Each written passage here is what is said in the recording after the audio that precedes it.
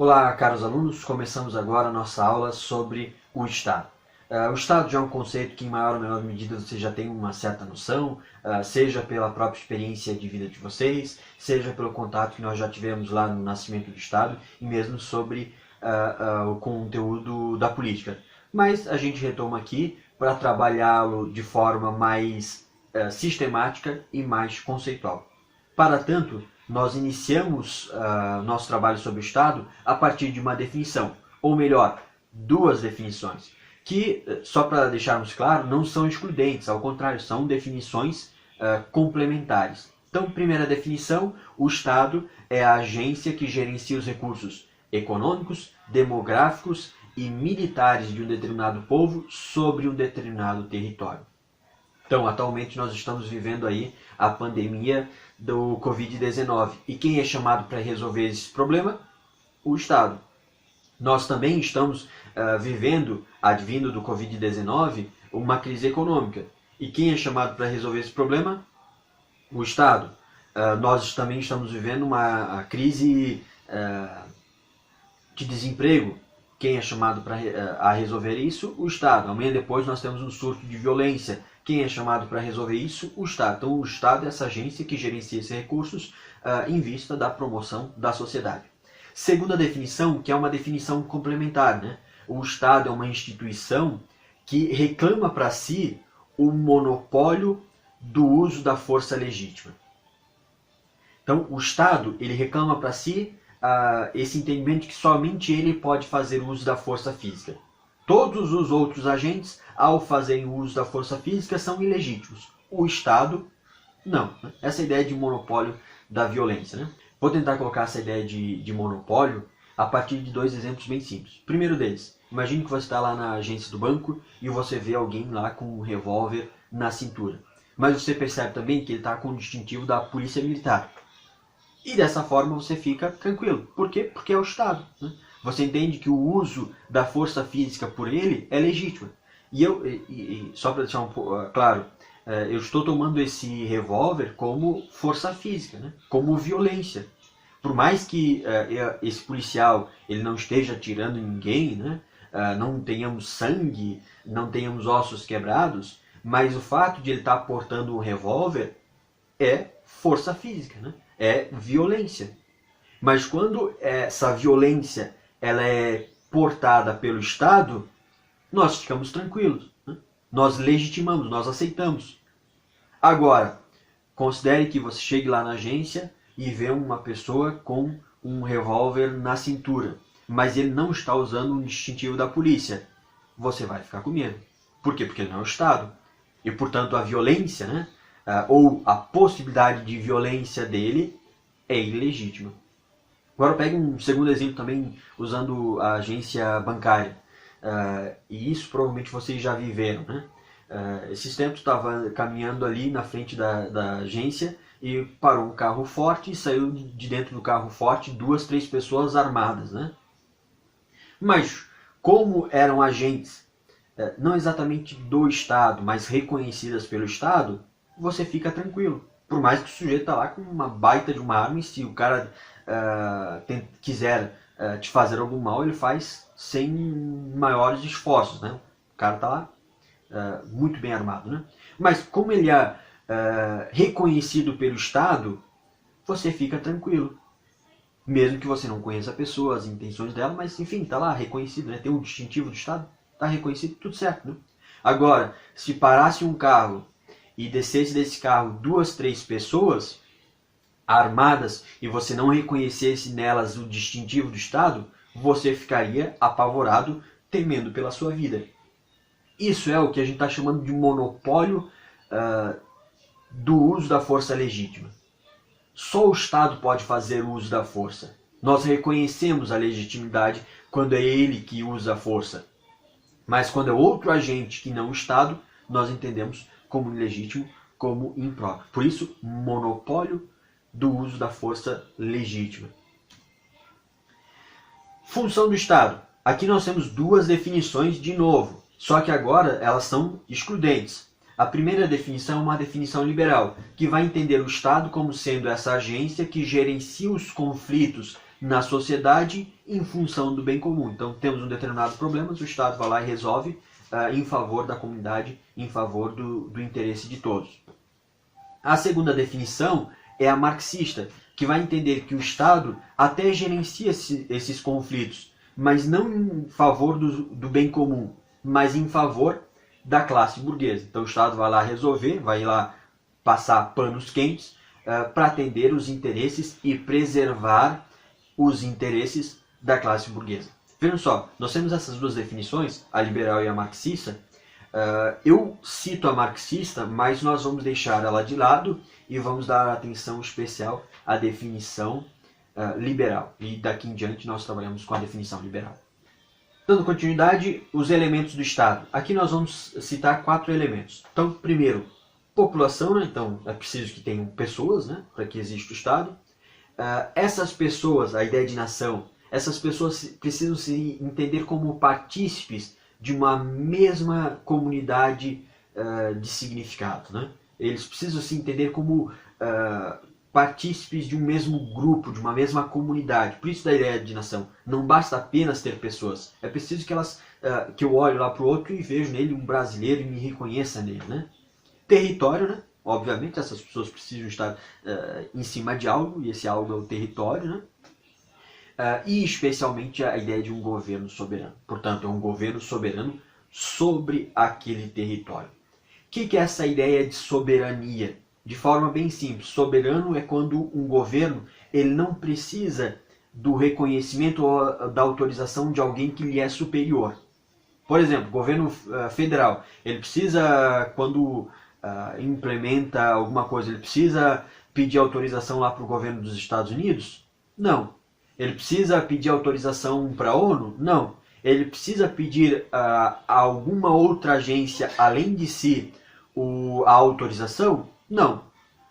É claro que no caso dos estados tem a Constituição, o governo federal precisa respeitar a Constituição. Mas respeitar essa Constituição, que é um conjunto de leis, o governo pode fazer o que bem entender. Novamente, respeitar a Constituição. Portanto, o governo federal ele é soberano. Não há ninguém acima dele. Ele faz como ele bem entender. Que é diferente quando você pega um governo municipal. O prefeito pode fazer o que bem entender? Não. Né?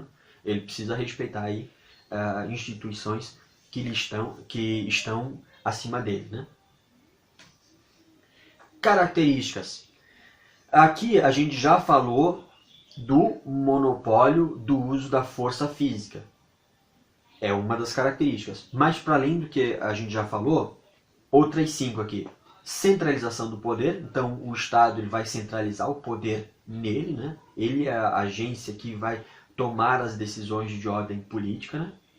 Segundo, ele constrói um ordenamento jurídico para organizar a sociedade, para promover a harmonia. Né?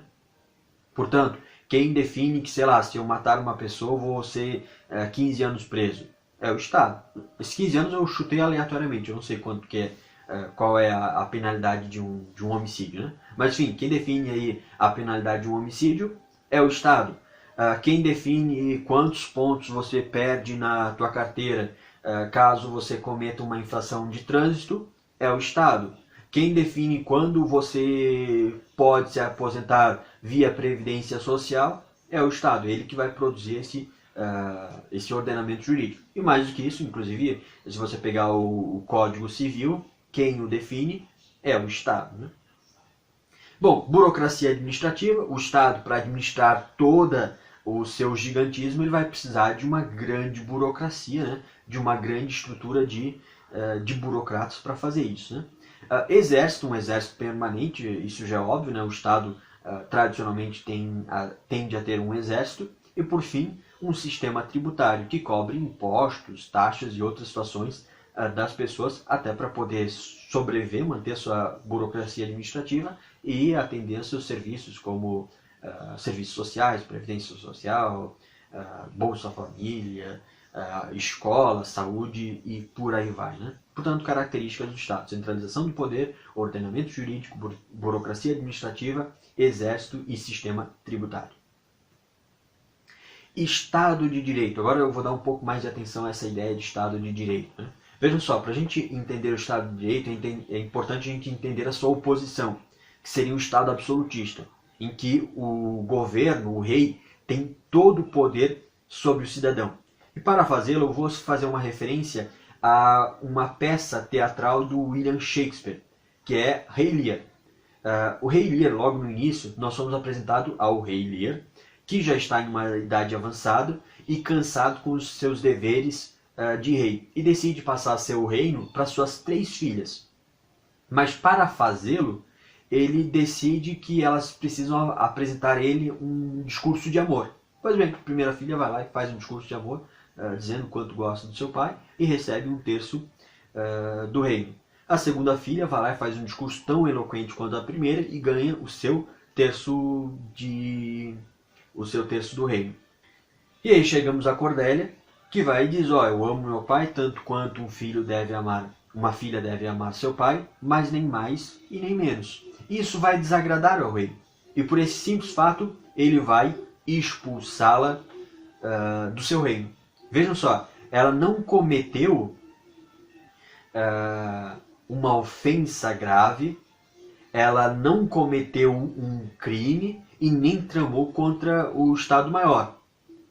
Bastou ela não atender os caprichos do seu pai e ela foi expulsa.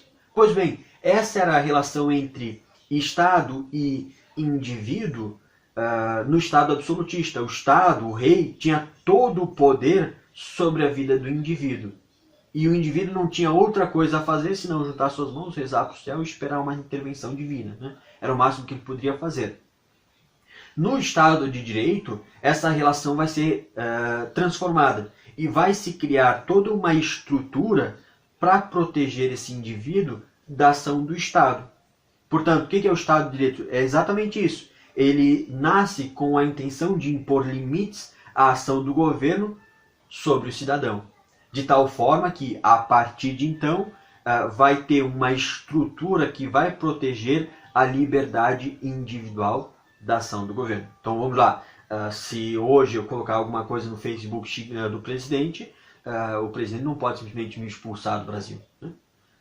Ele até pode tentar abrir um processo e tudo mais, mas vai ter toda uma estrutura, leis, julgamento, habeas corpus, enfim, advogado, toda uma estrutura que vai me proteger de um eventual abuso do governo. Portanto, se antes eu estava totalmente à mercê do Estado, agora eu tenho uma estrutura que me protege. Pois bem, como nós vamos fazer isso? Como nós vamos proteger o indivíduo? Aqui vamos ter 2 soluções que são complementares, né? A primeira delas, submeter o governo ao império da lei. Então antes o governo podia fazer o que bem entendesse, né? A palavra do rei era lei. Agora não. Agora o governo precisa respeitar leis. No Brasil, isso se materializa na forma da Constituição.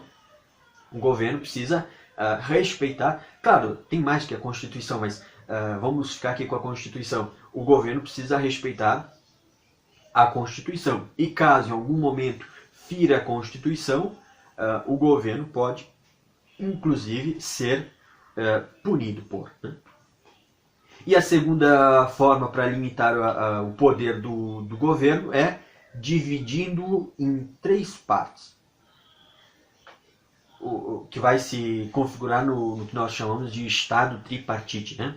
Bom, então nós vamos agora para os 3 poderes. Por que das 3 partes? Porque quando o poder fica todo ele concentrado na mão de uma única pessoa, a possibilidade de essa pessoa abusar do poder é maior. Mas quando você pega esse poder e o divide em partes, a possibilidade de haver abuso é menor.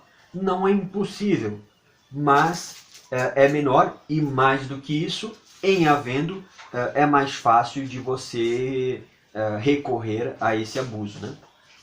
Agora chegamos então aos 3 poderes, ao Estado tripartite, que basicamente são os 3 poderes que vocês conhecem, né? Poder executivo, poder legislativo e poder judiciário.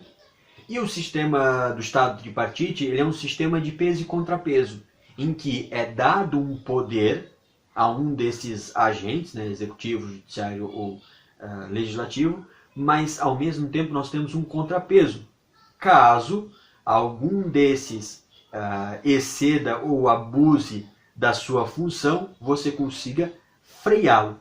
Então, vamos pensar assim, você dá um poder aqui, mas se ele não cumprir ou ele abusar, você consegue contrabalancear. Aqui só para deixar claro, o Estado brasileiro normalmente ele é feito dessa forma. Dificilmente uma situação ela fica em cargo de um único poder. Normalmente os poderes eles vão partilhando as suas funções. Como? Vamos lá, pega o caso de um impeachment. Um impeachment, então, melhor, você tem um executivo.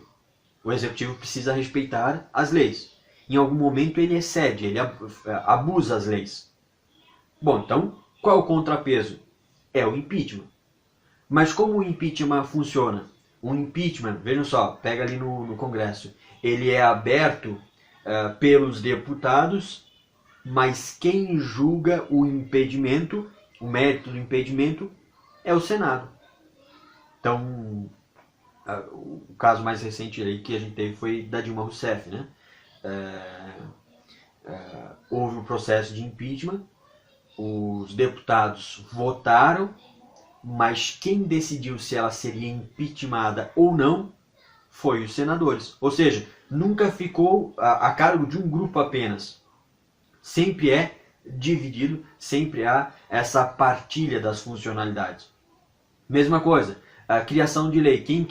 Criação de leis. Quem cria as leis? O legislativo. Mas o executivo pode vetá-las. É claro que vai ter um processo, depois a gente conversa um pouco, mas quem propõe a lei é o legislativo, mas o executivo pode eventualmente, se necessário, se julgar necessário, vetar. Por isso, é um sistema de peso e contrapeso. Ninguém tem todo o poder em suas mãos. Sempre tem alguém com o poder, mas sempre tem vamos dizer assim, um contrapeso que caso esse primeiro abuse, você consiga freá-lo. Pois bem, quais são os três poderes? Novamente, legislativo, ele é o responsável por criar as leis. Embora no Brasil a gente não dê muita atenção do legislativo, mas ele é o mais importante.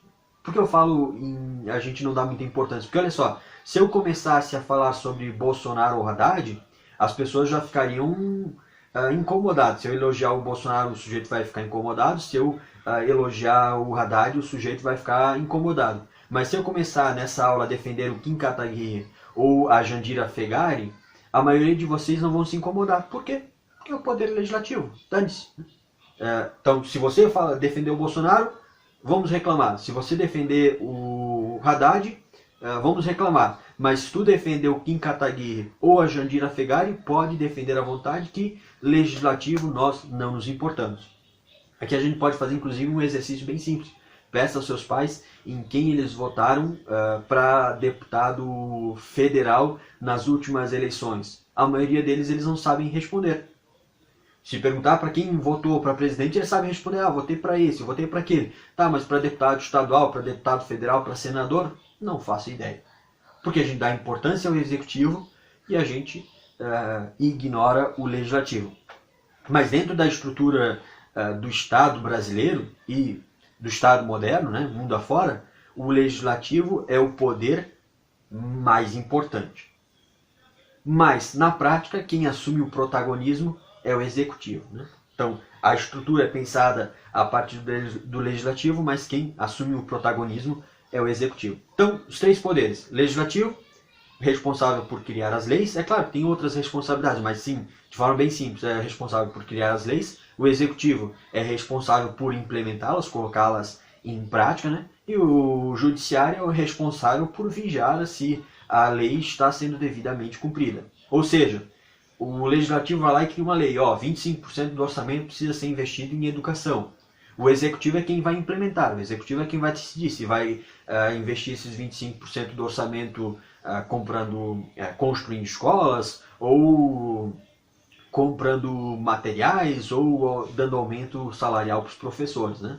Então é nesse formato. Né? E obviamente o judiciário nesse cenário fica vendo se de fato o executivo está cumprindo lá os 25%, está encaminhando esse valor devidamente como a lei criada pelo legislativo. Então os três poderes são distintos, são independentes e harmônicos entre si. exercendo um controle recíproco a fim de manter o equilíbrio entre eles. Então, se o executivo abusa, o legislativo e o judiciário podem freá-lo. Se o legislativo abusa, o judiciário pode freá-lo. Se o judiciário abusa, o legislativo pode freá-lo. Então sempre tem esse sistema de peso e contrapeso para garantir que o Estado, que nenhum desses poderes possam abusar o cidadão. É possível que eles abusem? Obviamente sim, mas você tem uma estrutura que torna isso um pouco mais difícil. Agora nós chegamos a esse processo de criação de leis. Eu dou uma atenção especial nessa aula porque muitas pessoas acabam não conhecendo. Então, aqui é passar de forma bem rapidinha sobre esse processo. Pois bem, então vocês estão vendo o nosso Congresso Nacional. E se vocês observarem, há nele dois semicírculos, um de cabeça para baixo e outro de cabeça para cima. De cabeça para cima é onde ficam os nossos deputados federais. Nós temos 513 deputados federais. O semicírculo de cabeça para baixo é onde fica o Senado, onde nós temos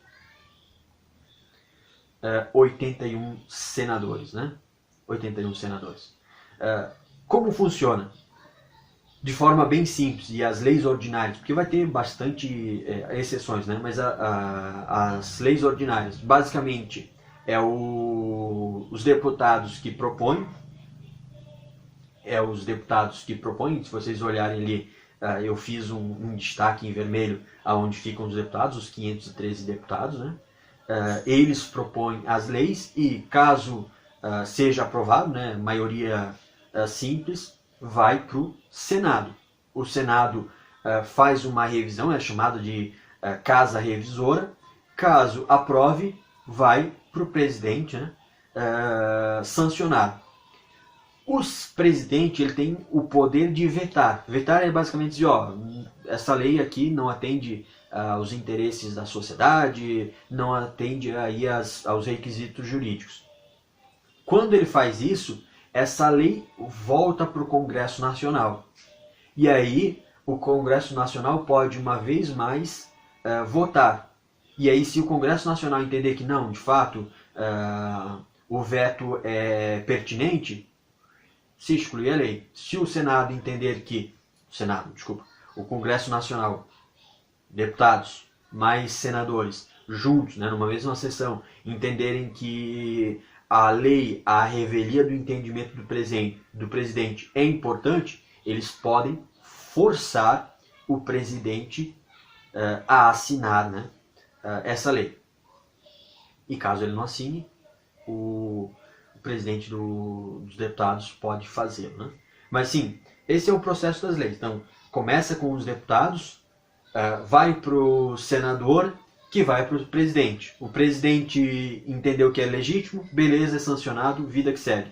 O presidente entende que não é apropriada aquela lei, ele pode vetar, e aí volta para o Congresso, e aí o Congresso, uma vez mais, vota esse projeto de lei, e aí, se entender que o veto é pertinente, se exclui o projeto de lei, se entender que as razões do presidente não são pertinentes, ele pode forçar a aprovação dessa lei, mesmo sem o consentimento do presidente. Chegamos agora ao último slide, o slide relativo à administração pública. No caso da administração pública, eu selecionei aqui 3 princípios. Existem muitos outros, obviamente, mas muitos são mais evidentes. Então, princípio da moralidade. O agente público deve agir de acordo com a moralidade. Isso é um princípio evidente. Se as pessoas cumprem outra história, mas é um princípio evidente. Eu vou chamar atenção a 3 princípios que talvez não sejam tão evidentes assim. Eu acredito que não. Então, o princípio da legalidade. Vejam só, o governo só pode fazer o que a lei permite. Isso é importante porque na iniciativa privada, a lei, a situação acontece de forma diferente. Você pode fazer tudo o que a lei não te impede. Se a lei não te impede fazer isso, você pode fazer tranquilamente. Se a lei não te impede fazer aquilo, vida que segue. Já na iniciativa pública, não. Você só pode fazer o que a lei permite. Portanto, para uma administração municipal ajudar uma determinada associação, é preciso ter dentro do ordenamento jurídico municipal uma lei que diz, o prefeito pode ajudar associações no âmbito municipal. Então, se você não tiver uma lei permitindo, você não pode fazer. Por isso, desse princípio da legalidade, você só pode fazer o que a lei permite. Segundo, princípio da publicidade. Os atos do governo devem ser públicos. Tudo que o governo faz, obviamente tem exceções, né? Vai ter um conjunto de exceções. Mas tudo que o governo faz tem que ser público. Né? Então, vamos lá, vou contratar um determinado funcionário. Amanhã no diário oficial precisa estar lá que determinado sujeito foi contratado, qual vai ser a função dele e qual vai ser o salário dele. Precisa estar lá especificado isso. Se não tiver, alguém pode entrar com um processo sobre esse ato administrativo. Então, isso vocês precisam perceber, né? Todos os atos do governo devem ser públicos. Obviamente existem exceções, mas via de regra, tudo que o governo faz tem que ser público. Então, contratar um funcionário tem que estar no dia seguinte lá no diário oficial. Vai comprar, sei lá, 5 carros, ele vai ter que fazer um edital, vai ter que deixar isso público para que todas as pessoas possam ter acesso e saber o que está acontecendo, né? E, por fim, supremacia do interesse público. Né? Ou seja, se em algum momento existir conflito entre interesse público e o interesse privado, o interesse público se sobrepõe. Sempre. Né? Havendo conflito, o interesse público se sobrepõe ao interesse privado. Novamente, existem muitos outros princípios, mas a gente não vai se deter em todos eles. Eu dou atenção especial a esses três, né? Princípio da legalidade, o governo faz o que a lei permite. Princípio da publicidade, os atos do governo devem ser públicos, né? E o princípio da supremacia do interesse público. Né? Então, havendo conflito entre interesse público e interesse privado, interesse público, interesse do bem comum se sobrepõe aos interesses privados. Bom, é isso. Havendo dúvidas, a gente vai conversando aí pelo Classroom e tentarei responder todas as dúvidas. Se for necessário, até a gente pode fazer uma aula adicional aí.